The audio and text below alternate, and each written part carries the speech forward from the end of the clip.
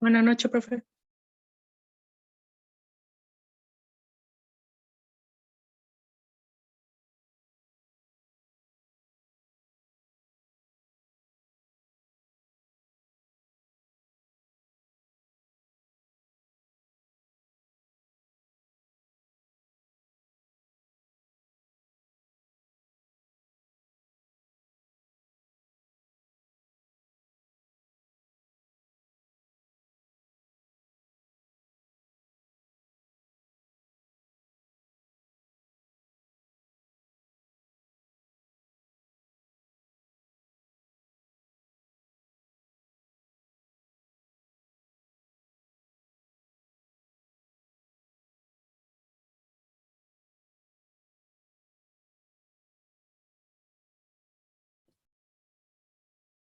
Hola chicos, ¿cómo están? Buenas noches, profe. Tenía Buenas problemas con el noches. audio, no, por eso, estaba puesto para auriculares. ¿Cómo están? Bien, bien. ¿Qué le hicieron la encuesta? Le preguntaba el Bedel sobre si iban a concurrir a alguna clase presencial. Bien, no sé si le envió eso ya al Bedel. ¿Les comentó un poco cómo es el tema? El que mandó la encuesta, sí, Sí. pero nunca nos dijo más nada. Claro, no nos dijo si empezábamos o no. No, no, a ver, les cuento yo rápidamente concretamente cómo es. Bueno, él ya le tendría que haber contado. Que las clases no son, van a seguir siendo virtuales, por empezar, y presenciales, solamente no son obligatorias, y pueden ser para explicar algún tema o para hacer algún repaso. Depende de si van a ir los alumnos, porque si no, ninguno puede, porque por eso no es obligatorio. Hay que ver cuántos alumnos van a ir o si van a ir, y para hacer algún repaso de algún tema o explicar algún tema en especial, y son de 40 minutos, una vez por semana o una vez cada 2 semanas. Pero eso depende no es obligatorio. Bueno. ¿Con todos los profesores o con alguno nada más? No, con todos serían. Si están, bueno, si pueden, porque no sé, cada uno. Por eso no es obligatorio, porque cada uno ya tiene armada su vida, o trabaja, o no sé, tiene X cosas, bueno, no importa lo que sea.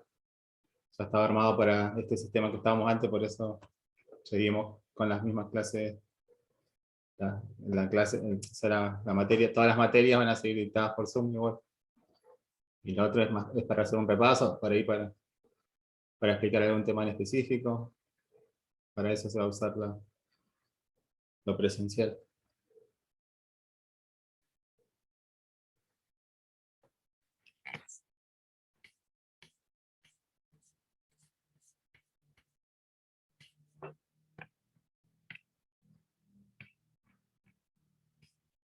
Bueno, vamos a empezar con la clase de hoy, que es la continuación del tema anterior que le había subido de sistemas fluviales, o sea, sobre ríos. No sé si lo pudieron ver en lo anterior. Vieron que le puse ahí un gráfico ahí en el foro de consultas. ¿Lo respondió alguien? ¿O lo leyeron?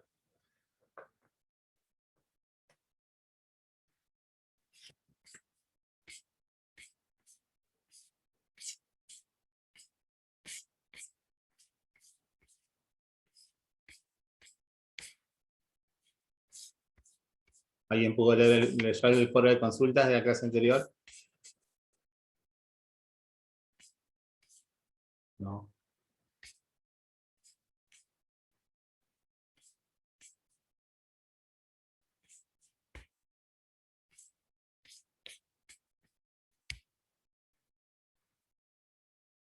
Bueno, acá vamos a explicar un poco de eso.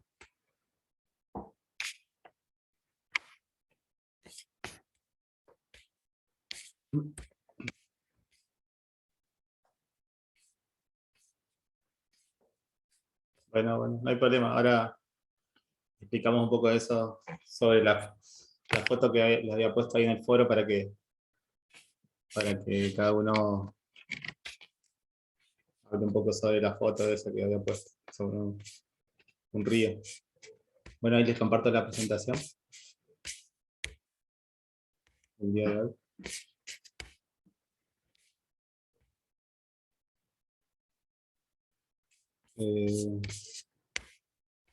Bueno, vamos a continuar con el tema anterior, que sería ambiente fluvial.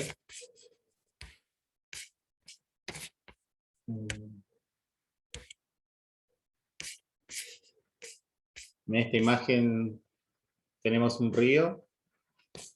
Esto es para saber, o sea, para explicar lo que es un perfil longitudinal de un río, o sea, desde donde nace el río hasta su lugar de desembocadura. O sea, la parte más alta se denomina cabecera de un río. Bueno, tenemos un mayor gradiente, o sea, una mayor pendiente en la zona de cabecera. Por eso el río va a fluir donde tenemos un gradiente más suave o un menor gradiente, una menor diferencia de altura, hasta desembocar en un océano, también puede ser un lago, y esa se llama la zona de desembocadura.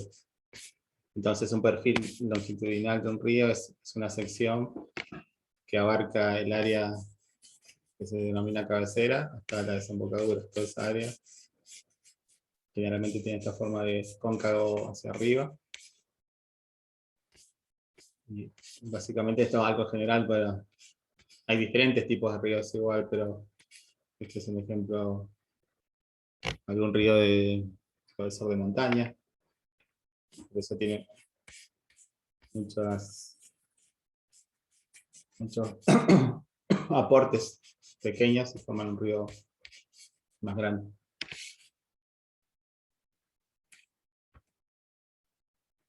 Vamos a ver un poco sobre cómo se produce la erosión, cómo erosionan los ríos a medida que se mueven. Una de las cosas que tenemos que tener en cuenta es que los ríos, o sea, el agua que se mueve en las corrientes fluviales, es el agente erosivo más importante de la Tierra. No solo tiene capacidad para ir excavando sus cauces, que eso se produce generalmente en las épocas de crecida, que el río excava, profundiza su cauce, sino también se pueden transportar enormes cantidades de sedimentos que se producen por la meteorización.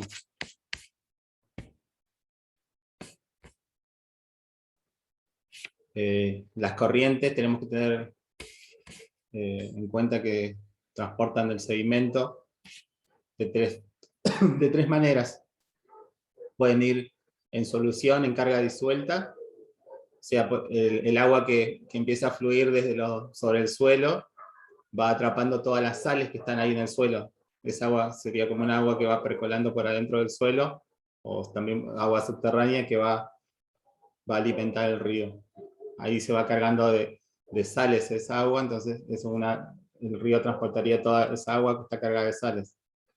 Sería una carga, un sedimento que está en solución y tiene una carga disuelta, que depende del material que tenga el suelo, si tiene calcio, magnesio, o puede tener mucha sal, el cloruro de sodio. Por ejemplo, vieron que hay muchos ríos bueno, en Argentina, no sé, en algunos lados, bueno, en la provincia de Buenos Aires hay un río que se llama el Río Salado.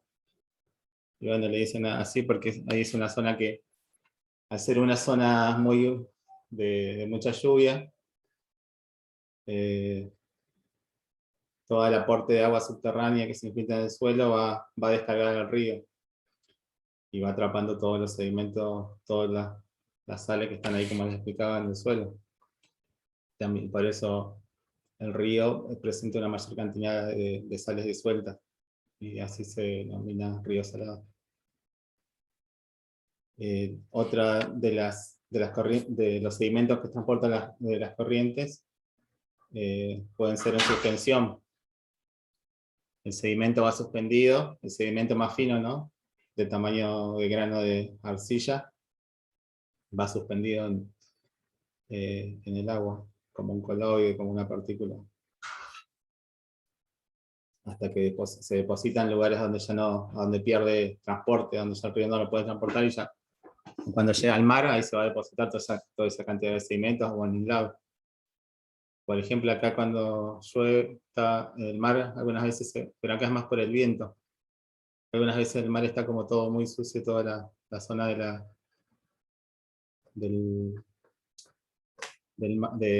playa, pero es la acción del viento. Lo que sí recuerdo, yo siempre estoy con el ejemplo de Comodoro, porque vivía en esa época en Comodoro, que cuando se inundó Comodoro, como se activaron todos los ríos que hay en arroyos o no sé, lugares bajos donde el agua viaja, como llovió tanto, todos esos lugares bajos se activaron ríos que, o sea, estaban secos antes, o eran arroyos que nunca circulaba agua. Pero con toda esa cantidad de agua impresionante que cayó de golpe, el mar quedó también todo marrón, me acuerdo. No tenía el mismo color de siempre, pero era por todo el sedimento en suspensión que llevó el agua de la crecida. Toda la playa el agua estaba marrón, oscura, me acuerdo. Bueno, y otro de las formas que transportan las corrientes del sedimento es a lo largo del fondo del cauce, o sea, en el fondo, en la base del río, en el contacto del agua con el piso del río, con el suelo. Eso se llama carga de fondo, que va arrastrando el material, que van moviendo material más grueso, grava o puede ser algo más, pueden ser hasta grandes bloques, en zonas que tienen mucha pendiente, en la cordillera, en cualquier lugar que tenga mucha pendiente y haya material disponible, y eso lo va moviendo como material que va rodando y va saltando de un lado a otro, va chocando con otras rocas que están ahí. Eso sería lo que se denomina carga de fondo.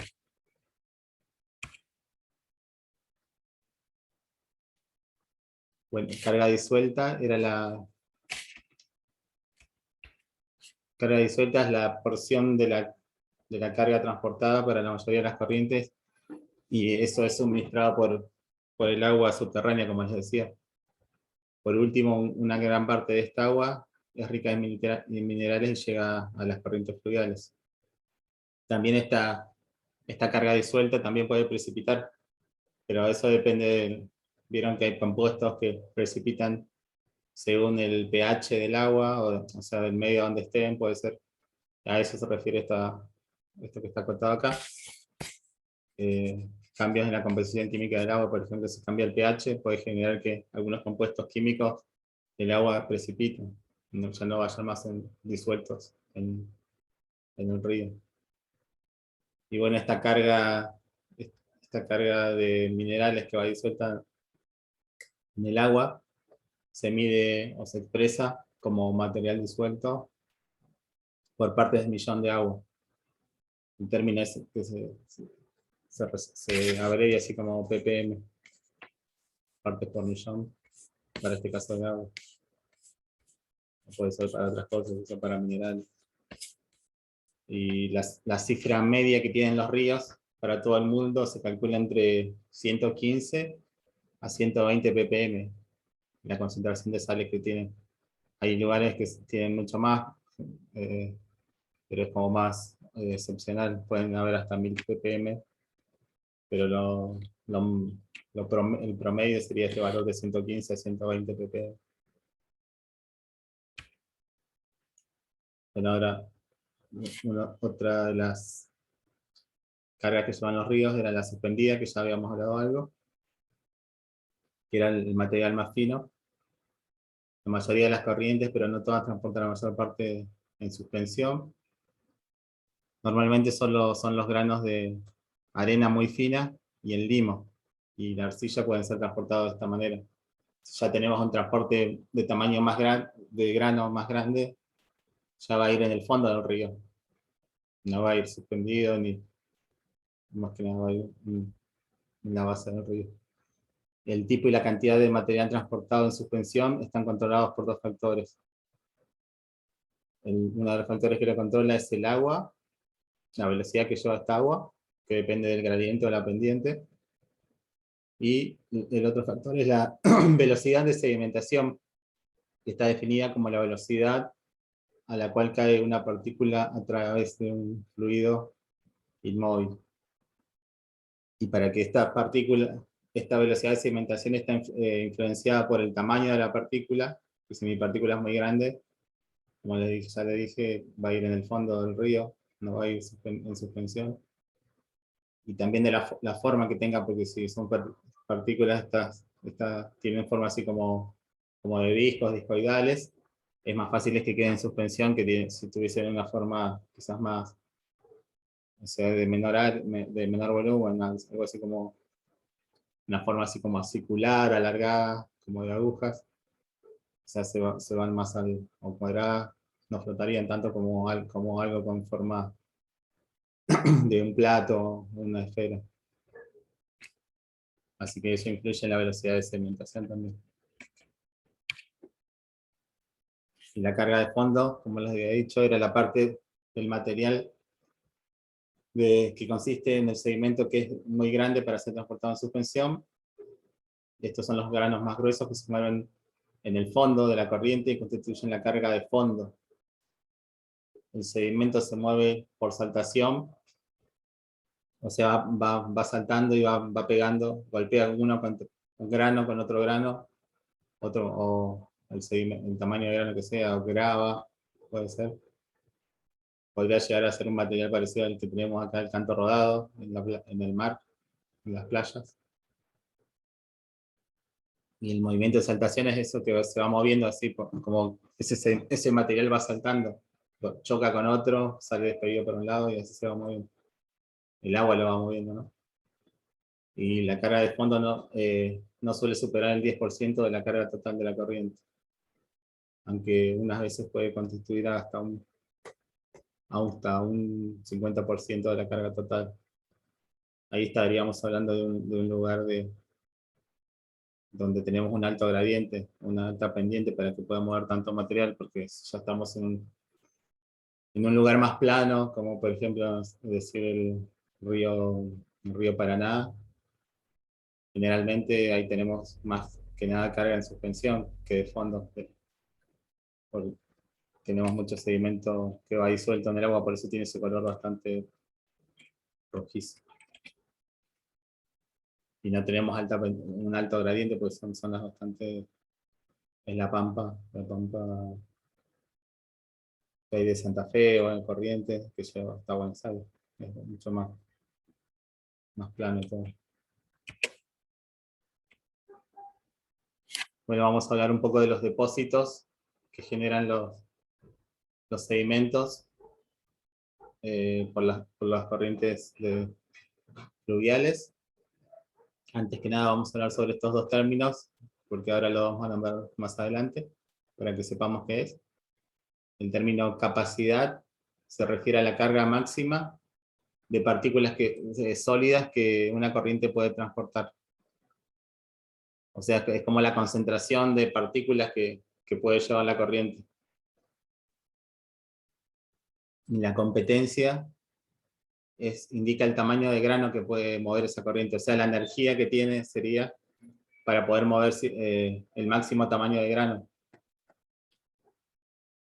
Eso depende, la velocidad de una corriente se determina por la competencia. Cuanto más fuerte es el flujo, más grandes son los granos que pueden transportar en suspensión y como carga de fondo.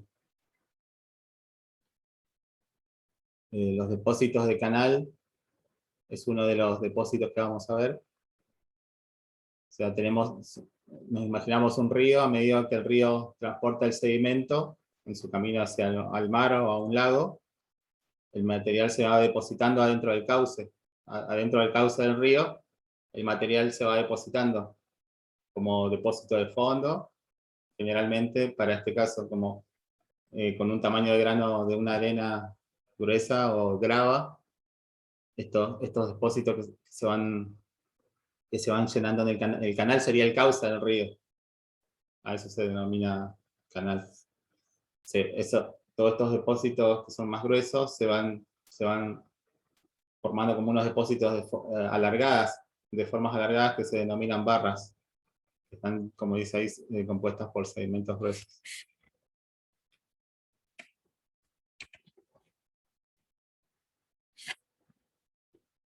Las barras de arena y grava pueden formarse en muchas situaciones. Por ejemplo, son comunes donde las corrientes fluyen en una serie de formas así semicirculares o recodos que se llaman meandros. A medida que la corriente fluye alrededor del recodo, la velocidad del agua aumenta.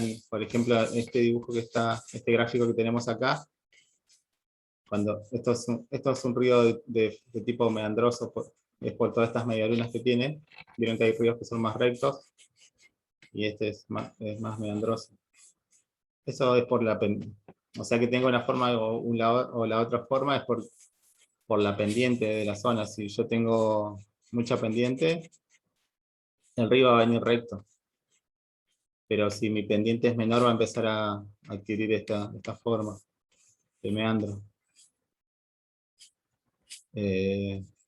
Bueno, lo que le quería explicar era que en esta zona, como dice acá, en el recodo, lo llama acá del libro, la velocidad del agua en la parte exterior aumenta. O sea, si yo vengo por acá, esta parte, acá la velocidad, cómo se mueve el agua en esta parte exterior sería, de mi río, de mi canal, aumenta, entonces me va a erosionar. Tengo mayor velocidad en esta zona, mayor energía, me va a ir erosionando acá el sedimento de acá de la planicie de inundación del río. Y me lo va a depositar en este lado. En el lado contrario, en realidad. De acá erosiono y para acá empiezo a depositar. El río deposita, como acá tiene menos energía. En la parte interior del meandro se me deposita el agua va más lenta y hace que se deposite el sedimento. Y lo mismo pasa acá va a empezar a erosionar de vuelta como acá, y me lo va a depositar acá. Eso era un poco lo que preguntaba en lo del foro que les había puesto, era sobre esto. Que los ríos de tipo meandroso erosionan toda la parte exterior, porque tiene mayor velocidad, y depositan en la parte interior del meandro. Cada una de estas curvas sería un meandro.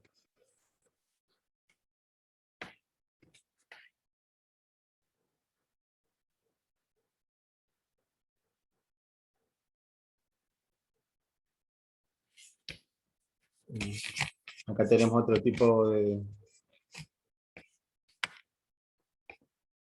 Tenemos otro tipo de depósito. A veces, bueno, la corriente... Eso es un río... Es medio parecido al anterior, pero ya se llama anastomosado. Serían como un montón de meandrosos juntos. Esto es como una zona de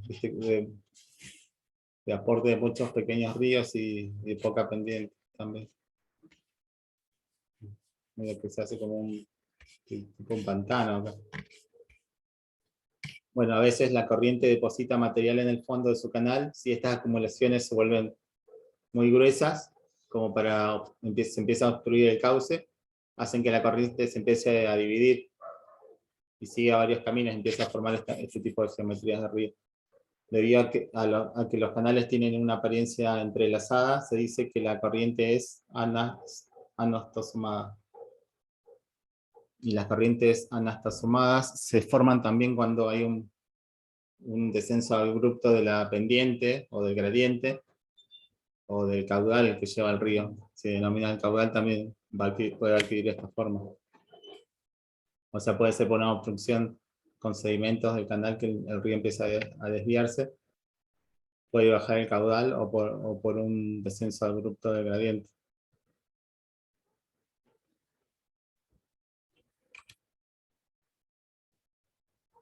Bueno, vamos a hablar un poco sobre lo que es la llanura de inundación de un río. Que sería todo, si vemos esta foto, la llanura de inundación sería desde esta barranca hasta esta otra. Toda esta zona es la llanura de inundación. Si el río crece mucho, hay crecidas, el río puede inundar toda esta zona. Toda esta zona que está acá adentro la va a inundar. Aparte el río puede migrar para acá o para el otro lado, y sucesivamente, a lo largo de su historia. Entonces, si vos pones una casa acá, en la planicie de inundación, si alguna vez viene una crecida excepcional, seguramente tu casa se va a inundar o desaparece. Bueno, los depósitos que se producen en esa zona que les decía de la llanura de inundación, es la parte de un valle que se anega, como les decía recién, que se inunda durante la inundación. Casi todas las corrientes están flanqueadas por la llanura, o sea, todos los ríos presentan llanuras de inundación. Las dimensiones que tienen estas llanuras pueden ser desde kilómetros hasta pocos metros. Y si queremos ver qué tipo de sedimentos tenemos en esa llanura de inundación, en toda esa área, encontraríamos que en parte tenemos arenas gruesas y gravas que fueron depositadas originalmente como las barras de estos meandros. Vieron dónde iba depositando el material, estarían compuestas de arenas gruesas y gravas. Encontraríamos eso en la planicie de inundación porque el río va migrando, como les decía, no es que el río está ahí siempre y siempre estuvo en ese mismo lugar, sino va migrando lateralmente. Entonces vamos a encontrar esos depósitos de barras de meandro que se desviaron lateralmente a través del suelo del valle. Y también tendríamos que encontrar un material más fino, limoso o arcilloso, que sea un material en suspensión, que se diseminaron a través de la llanura de inundación, cuando el agua inundó todo lo que es la llanura, o sea, se desbordó de su cauce durante la etapa de inundación.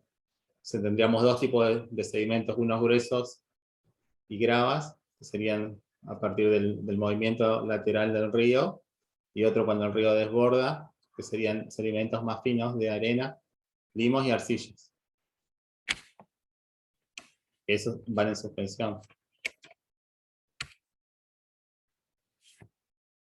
Luego otro tipo de depósitos son los abanicos aluviales y los deltas. Dos de las formas del terreno más comunes compuestas están compuestas por los abanicos aluviales y los deltas. A veces son de forma similar y se depositan por una misma razón, que es la pérdida de la competencia en una corriente fluvial. O sea, ya no pueden llevar el material que llevaban por una pérdida de velocidad o una pérdida de pendiente o disminución del caudal. Por ejemplo, cuando tenés un río que va así en una montaña y de repente sale a un valle. Cuando el río sale al valle pierde la competencia ya porque cambia la pendiente y empieza a depositar, o cambia el caudal también del río. Empieza a depositar todo el material que antes lo traía más en suspensión y forma ese abanico aluvial como una forma de cono. La distinción fundamental entre ellos es que los abanicos se depositan en tierra, mientras que los deltas están asociados a un cuerpo de agua, que puede ser en el mar o un lago. Bueno, los abanicos aluviales se desarrollan normalmente donde una corriente de alto gradiente abandona un valle estrecho en terrenos montañosos y sale súbitamente a una llanura amplia y llana o en el fondo de un valle. Esto lo podemos ver en la zona de la cordillera. Los abanicos aluviales se forman como respuesta a la caída abrupta del gradiente, que se combina con un cambio de posición y tamaño del cauce. De un cauce estrecho o de una corriente de montaña a cauces menos confinados situados en la base de las montañas. Generalmente todos estos abanicos aluviales, cuando en el norte argentino, generalmente todas las salidas cuando uno pasa por una cadena montañosa, todos esos ríos que viajan entre las quebradas de las montañas, cuando salen al valle, generalmente es perpendicular a los ríos esos. Ahí es donde se van formando los abanicos aluviales, que varios se unen en realidad porque cada río forma su abanico, y si tenemos uno a un par de kilómetros más, forma otro abanico, y después esos abanicos se unen todos y a esa zona se le denomina bajada. Bueno, es geomorfología. Bueno, la caída súbita de la velocidad hace que la corriente libere rápidamente su carga de sedimentos. Una acumulación que tiene una forma, como les decía, de cono o de abanico. Bueno, eso es lo que tenemos sobre abanicos. Y ahora sobre deltas. Al contrario que un abanico aluvial, el delta se forma cuando la corriente entra en un océano o un lago. A medida que se desacelera el movimiento del agua de este río al entrar al cuerpo de agua, la corriente deposita su carga de sedimentos. Conforme el delta se va haciendo más grande, el gradiente de la corriente disminuye. O sea, tengo menos pendiente. Los deltas generalmente empiezan a crecer y tienen muy poca pendiente. Esta circunstancia acaba induciendo la obstrucción del cauce con sedimentos procedentes del agua de movimiento lento. Bueno, acá tenemos, esto es un delta simple. Hay varios tipos de delta. Bueno, acá se ven en estos dibujos las distintas geometrías de delta. Hay 4, pero no, solamente es para que sepan, pero no. Lo que tienen que saber es lo básico del delta. Bueno, son las partes de un delta. Está compuesto por las capas frontales, que serían estas. Esto es un corte de cómo se vería el sedimento, son capas que inclinan hacia en el sentido de la corriente, ¿no? Si la corriente iba para allá, mis capas inclinan en la misma dirección de la corriente.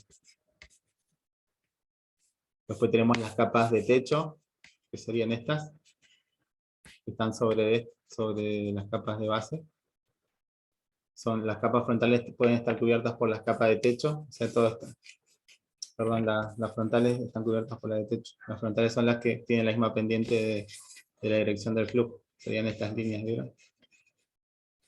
Y las de techo las cubren por encima, porque se depositan durante los periodos de inundación. O sea, cuando tenemos más carga en suspensión. Y los limos y las arcillas más finos se sedimentan a cierta distancia desde la desembocadura en capas casi horizontales, denominadas capas de base. Si esta es mi desembocadura, toda esta parte, en esta parte más lejos ya de la desembocadura se forman capas horizontales de sedimentos finos, de limos y arcillas.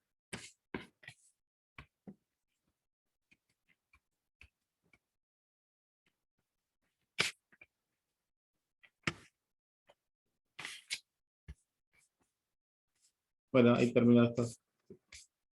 ¿Tienen alguna duda, chicos, de esto? ¿Quiere que veamos lo de la clase anterior? ¿Un poco o está bien? ¿O lo pudieron ver? ¿Tuvieron alguna duda?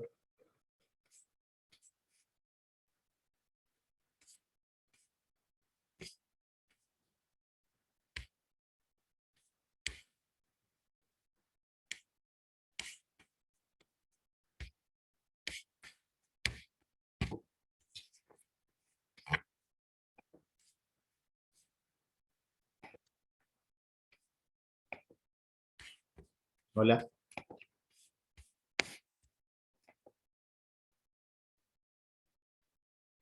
¿Alguna vez utilizaron Google Earth?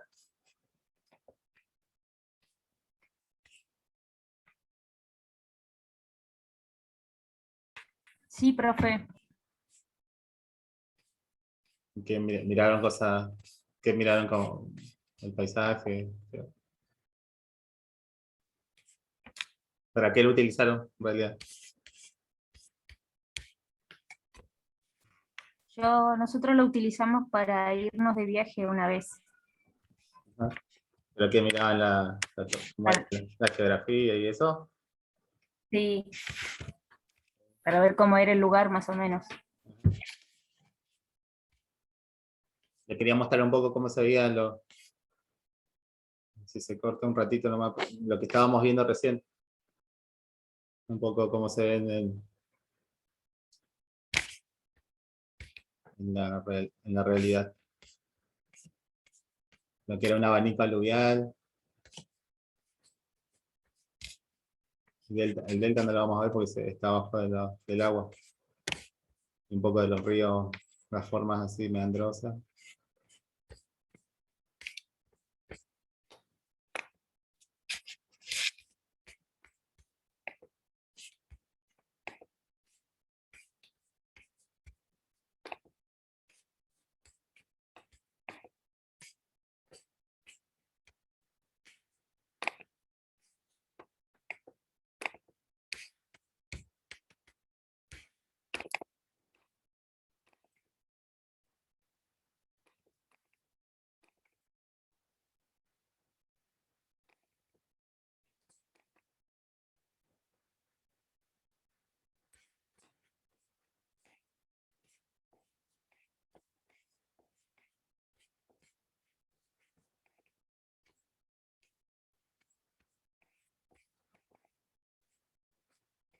Esto, por ejemplo, son varios abanicos aluviales.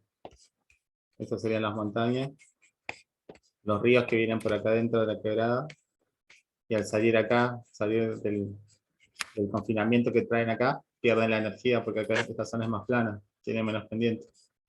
Y forma todo este abanico, sería todo este color. El río sale por todas estas partes y deposita su material y forma este cono. De acá tiene esta forma así, como media cónica, o de abanico en realidad, no cónico. Si lo hacemos en corte, si lo cortaríamos lateralmente, sí. Y acá tenemos otro de este río, que viene por acá, bueno, viene bajando por la montaña. Y acá al abrirse forma todo este cono más rojizo. Que es mucho más grande en realidad. Sería todo el material que va tirando por las diferentes inundaciones que tuvo y todo. Y acá tenemos un río, por ejemplo, este es un río meandroso. Más o menos, en parte es meandrosa.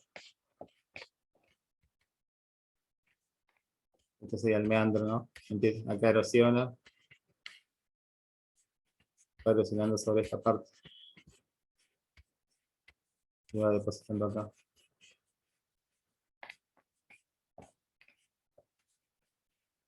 Erosiona y deposita por acá. Y este río está mezclado, o sea, esta parte es así, pero en otros sectores es más. Ahí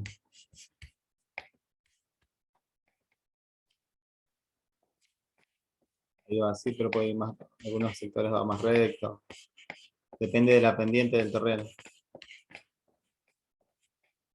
Cuando crece va cambiando igual, pero no es igual en todas partes.